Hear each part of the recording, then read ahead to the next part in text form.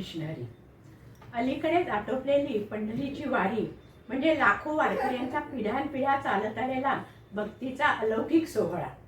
टाळ, मृदुंग, अभंग आणि नामस्मरणाची परंपरा असलेली, महाराष्ट्राचा श्वास असलेली आषाढीची पंढरीची वारी हिला आता ग्लोबल स्वरूप प्राप्त झालंय.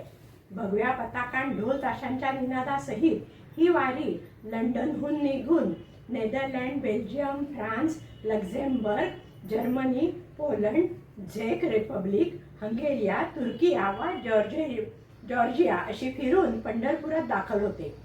कोणतेही इव्हेंट मॅनेजमेंट नाही, कोणाला निमंत्रण नाही, कोणत्याही सोशल मीडियावर जाहिरात नाही, कोणालाही कसलं प्रलोभन नाही. जगभरातील सर्व भागातून वारीला येणाऱ्या लोकांचा एकच ध्यास, याची देही याची डोळा पाहू आषाढ सोहळा. असा लाखो लोकांचा दिव्य भव्य दैदिप्यमान नेत्रदीपक सोहळा इहलोकी यापेक्षा मोठा सोहळा नाही. अत्यंत आनंदाची गोष्ट म्हणजे या वारीची आता वर्ल्ड बुक ऑफ रेकॉर्ड्समध्ये नोंद झाली आहे.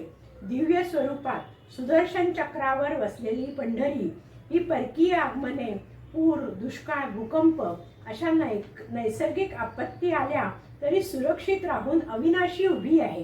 हे संत नामदेव यांच्या अभंगातून ऐकूया.